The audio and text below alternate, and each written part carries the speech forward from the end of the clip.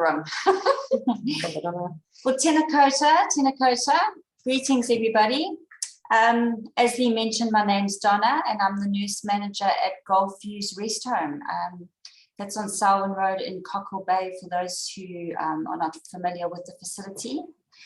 I've been with the Howard Baptist Healthcare Organisation for 14 years now. I've been at Gulf Views managing the facility for 2 years. So HBH for 12 and then Gulf Views for 2.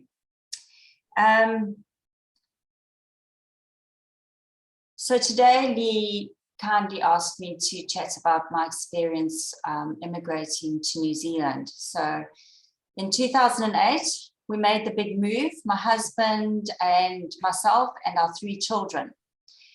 We had to say goodbye to my parents and the children's grandparents.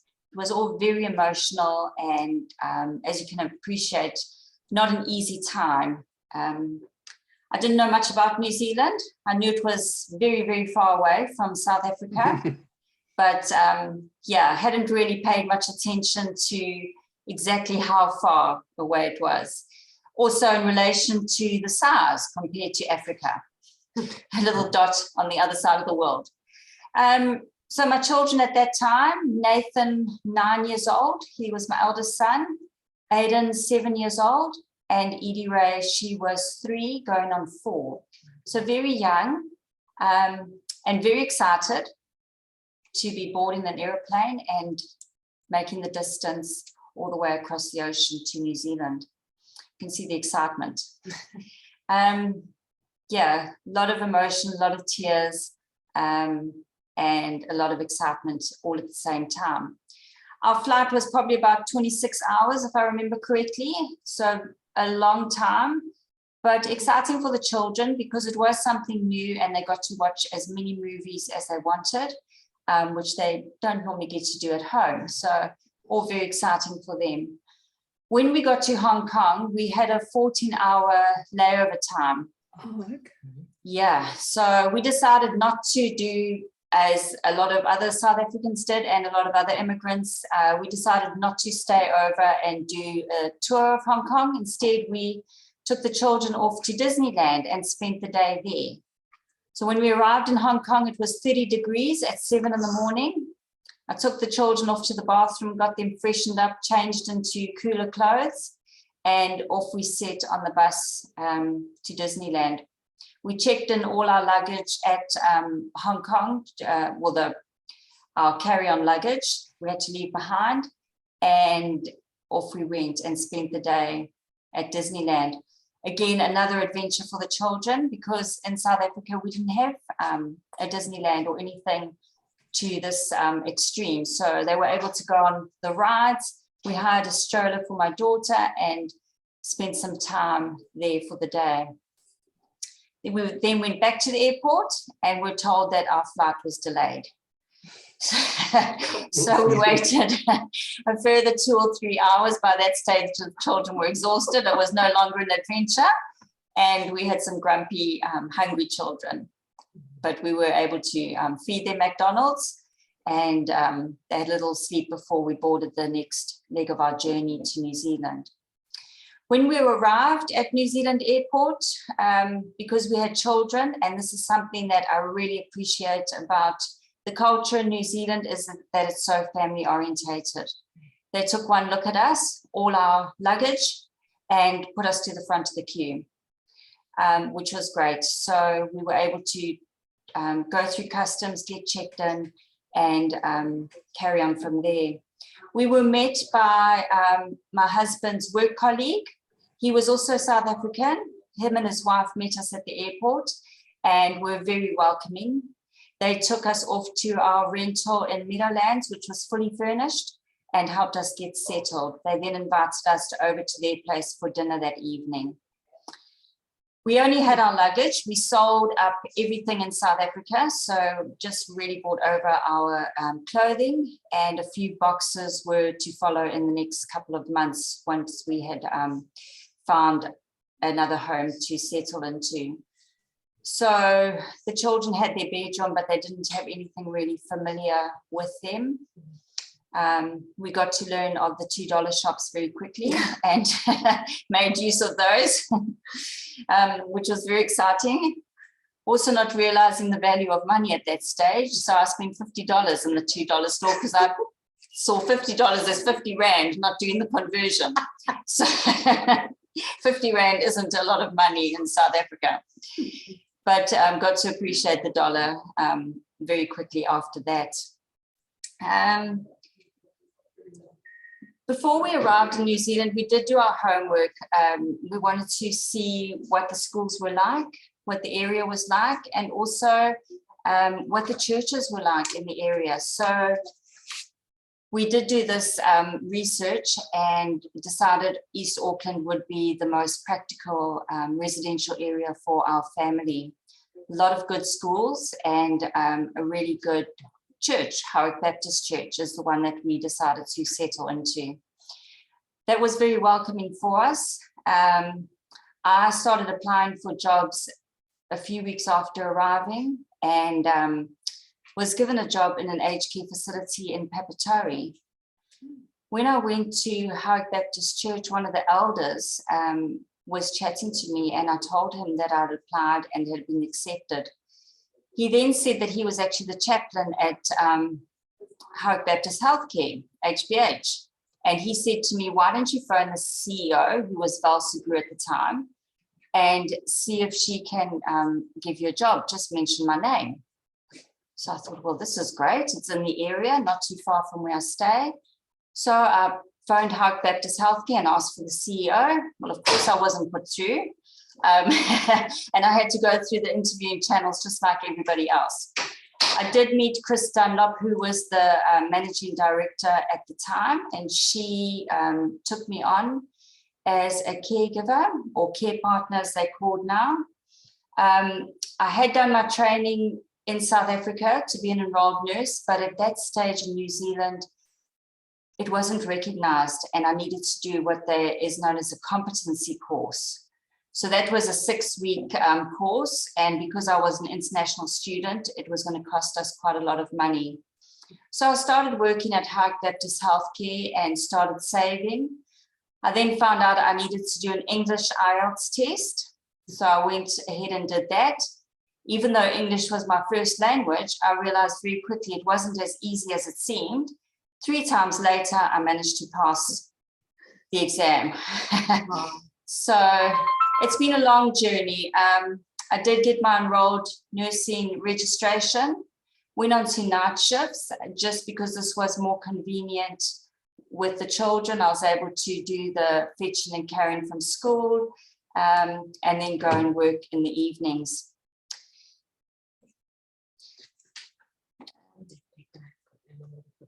Okay, sure. So I'll show you a picture of the facility that I trained at back in South Africa, known as, sorry, I need to find it. Oh, don't worry about it. We can go back. Well, that is a picture of the children. So at their school, Aurora Primary, they had an international day and we were able to represent South Africa. And my son, who's in the orange, represented Holland because my dad is Dutch. My mum is American, but we decided just to do the South African and the Dutch heritage. So I've actually learned more about my South African heritage since coming to New Zealand, because growing up in a Dutch and American family, we didn't really do a lot of the South African celebrations. But mixing with South Africans here, I've managed to appreciate that more. I went on to do my Bachelor of Nursing degree. That was in 2016, because even though I was an enrolled nurse, I was still limited with my scope of practice. I'd been working in aged care and I thought, well, it's probably time for me to move on and go and work in what I thought was a real hospital. So I did my Bachelor of Nursing degree. They didn't recognize my qualifications and weren't able to give me any credit. So I did the full 3 years. And as you can see, I managed to pass and get my Bachelor of Nursing in 2019. That was very exciting. I carried on at Howard Baptist Healthcare, but then did work a bit at a GP practice and realized that my passion and my heart was in aged care, that this was a real place to work in as a nurse. I didn't need to be in what I thought would a real hospital or in any other facility. This is where I belonged. This is where I could make a change. And shortly after I got my registration, I was offered the job at Gulfview's Rest Home to manage. I didn't think about it at the time. I wanted to stay with the HBH group and I accepted the offer. But once, I know I'd never been to Gulfview's before, I didn't even know where it was. So when Chris took me across there and I met Sue Milton, who was the manager at the time, and I saw the facility, I immediately felt at home. I immediately felt like this was part of the extended family of HBH. It had that lovely, warm atmosphere and the staff were very welcoming. I've stayed at HBH just because of that, because it's so family orientated, because I've been able to see my colleagues grow, become grandparents, become mothers, fathers, you know, just being part of that journey. Also getting to know our residents and our families. I just feel it's been such a privilege working at HBH and now at Gulfview's. During our time in New Zealand, I decided to make it one big adventure. So continued with my running. I had done quite a few endurance marathons back in South Africa and came across to New Zealand and decided one way to see your beautiful country was to continue running and enter different events. So I did some trail running, we did mountain biking, we've done camping. That picture is of the children at Rotorua at the Blue Lake. And then the top picture is the one of us at Woodhill Forest mountain biking. So just trying to make the most of every opportunity that we've been given. Also, what we can appreciate about New Zealand is it is so safe. And a lot of these things you wouldn't ordinarily do in South Africa without thinking twice. The boys got into skateboarding and there's some more of the mountain biking. That's my son, Nathan. Loved the skateboarding. Both of them got sponsored and yeah, did that for most of their growing up years. Aiden on the right and Nathan on the left. My daughter became a dancer. She did some Irish dancing to begin with, then got into contemporary and jazz dancing. So again, just making the most of what New Zealand has to offer. So as the children have gotten older, Nathan is now 23 years old, Aiden is 21 and Edie Ray is 17. So I've had to get on with my life and find other sports. I had to hang up my running shoes after I got osteoarthritis in my knee and I realized that I was starting to age. So I took up cycling more and I entered a race in 2000, I think it was 20, just before we went into lockdown, and that was the Kerapera 100 kilometer flyer. Oh, sorry, I'm not. That's okay. So there's on the top left is me road cycling in Cambridge, and that was 100 Ks. And then the bottom one this year, we did the Timber Trail, which was over 2 days. That was 82 kilometers through beautiful forests. And again, just appreciating what New Zealand has to offer. And keeping fit at the same time. So this year, my goal is to do round Taipo. That's the 160K ride. I did the 80K a few years ago, but I'm wanting to do the full lake this year and make the most of the weekend down there, get to know a little bit more about Taipo. So as you can appreciate, immigration has had its challenges like anything in life. It's been hard not seeing family, not having the grandparents, see the milestones of the children and them growing up. But we've just been so fortunate that we've been able to come across here and grow as a family. I have been back to South Africa 3 times. I went back shortly after we immigrated for my dad's funeral. He had been unwell when I left. He passed away in 2010, so I was able to go back then. When I completed my degree, I went back in 2019 because my mum was having a hip replacement. So I was able to be part of that and just be with her when she came out of hospital. My plan was to go back in 2020, but as we all know, the world went into lockdown and that didn't happen. So once the borders opened this year, I went back in April and spent about 5 weeks with the family. My sister came out from the UK. She's the one on the far left, Sharon. And then the next sister, Kari, and the one on the far right, Tanya. They live in South Africa. My mum in the middle. I went back for my sister's wedding. As you can see, she's got her wedding dress on there. And I went back to help my mum pack up her home and move in with my sister, Tanya, who got married.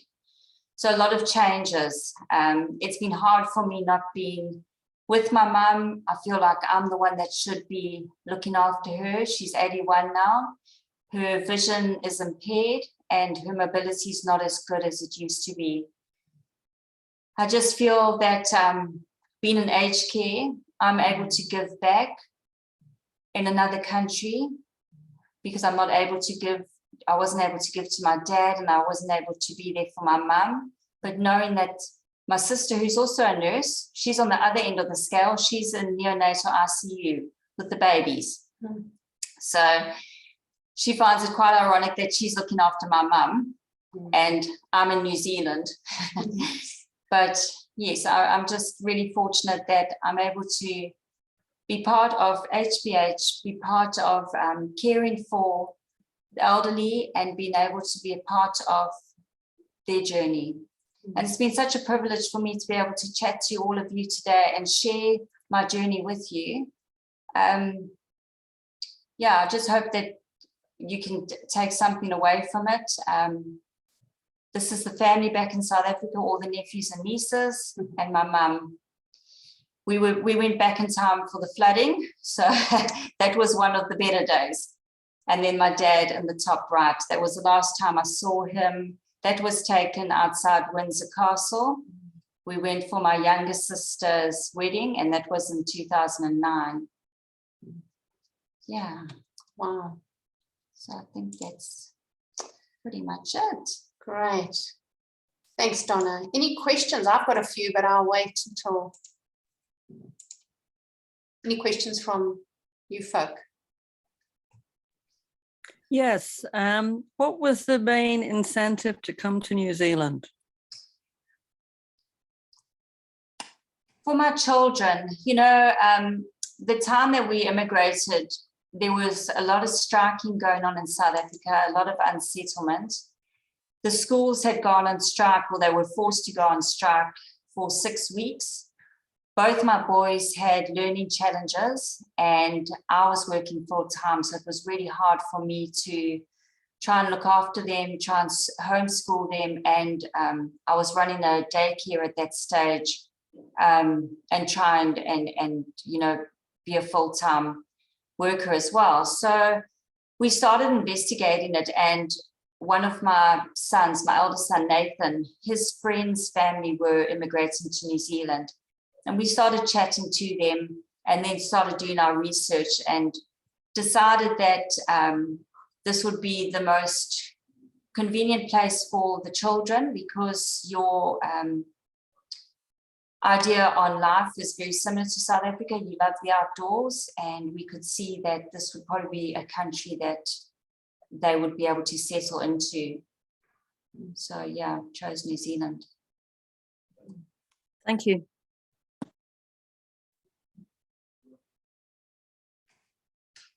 I'd just like to share one thing. I'm also a nurse, and when I came to New Zealand back in the 70s, I had a very young family. And in Auckland, believe it or not, guess where I worked? Oh, wow. And I was doing late shifts, night shifts, and did meet Chris, but she was very new back then. And talking about a small world, she's now one of my neighbours. Oh, fancy that. You're very lucky. Yes, she would be a great neighbour. Yes, and I think she's recently, or in the last year or so, retired. Yes, that's right. Yeah. Correct. Yeah, so she's able to spend more time with her grandchildren and yeah. Mm. Yeah. I'm sure you had a lot of nurse stories to trade off. Oh yes, but my main forte was midwifery, so Okay, I went from there. lovely. Any other questions?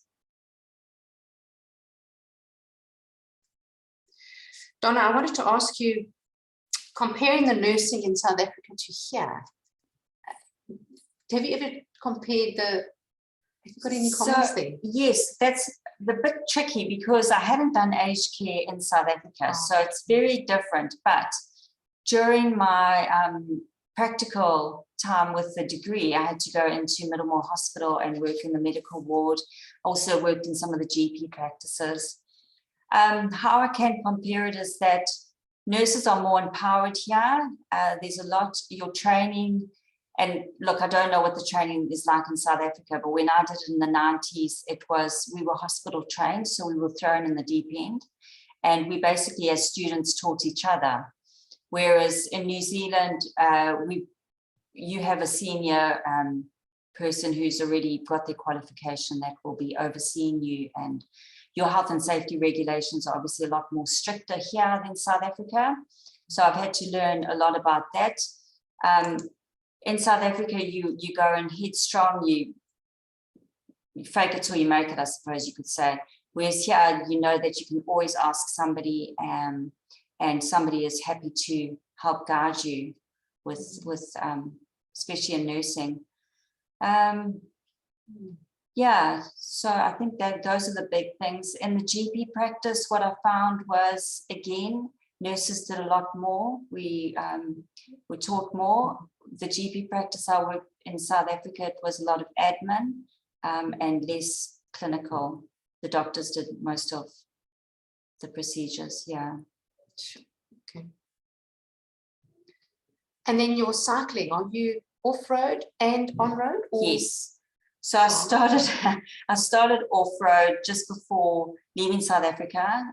I was doing a bit of mountain biking. When I came to New Zealand with the children, we did a bit of both, but obviously with children, you try and keep to the sidewalks. But we did, like you saw, we went to Woodhull Forest with the mountain bikes, and then got into the road cycling and do a mixture. I do like the off-road in winter, going on the gravel roads. We did an overnight from Port Waikato to Raglan. When we got to Raglan, we stayed overnight and then did the journey back. And that was all on gravel roads through beautiful farmlands. So again, just seeing New Zealand, what was so great is that you in farmlands 1 minute and then you come over a hill and then you've got the beautiful sea. And it's amazing, just those views, being able to stop, take photos, have a picnic, and then carry on.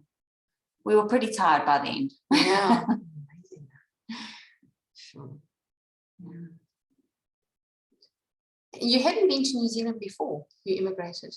Never been to New Zealand. I'd been to the UK, but I know in the UK, for children, it's not the best place to grow up. You don't get to appreciate the outdoors as much, being it's a lot colder.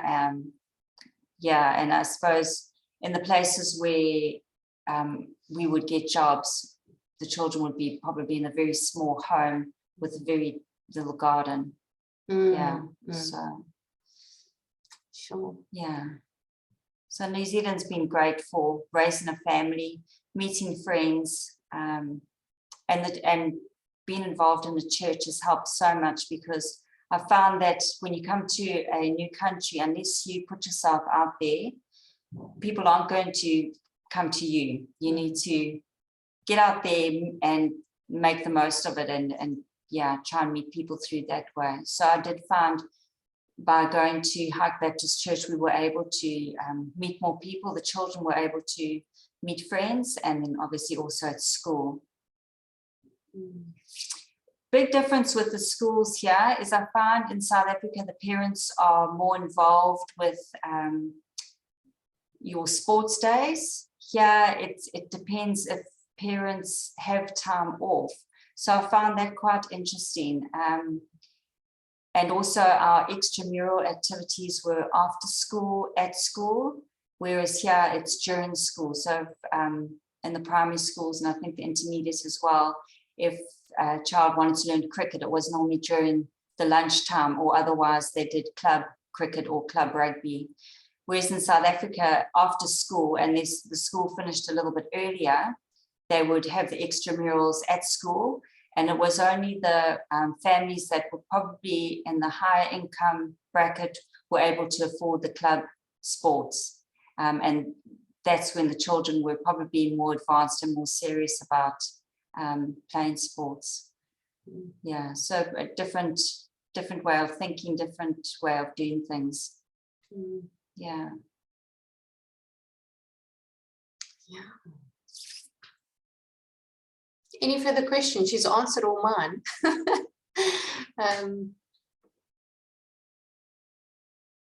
Hello? Well, then that's it. Thanks so much. Donna's a very, very busy lady, I tell you that much. I know that because I only have very small little dealings with her. So I really appreciate your time, Donna, this morning. And yeah, for carving out the time. And yeah, if you're in Gulf Views, pop by and say hi. Please do. She's, yeah. And have a look at the views from there. They're stunning. They are. We overlook the Gulf. That's why it's called Gulf Views. So on a clear day, it's absolutely amazing. And our sunrises are the best. Oh, absolute best. What do you mean you're there at that time? Sometimes. Yeah. Oh. Well, it's been lovely chatting to you all and seeing your faces. It's nice to put a name to a face. Yeah. Yeah.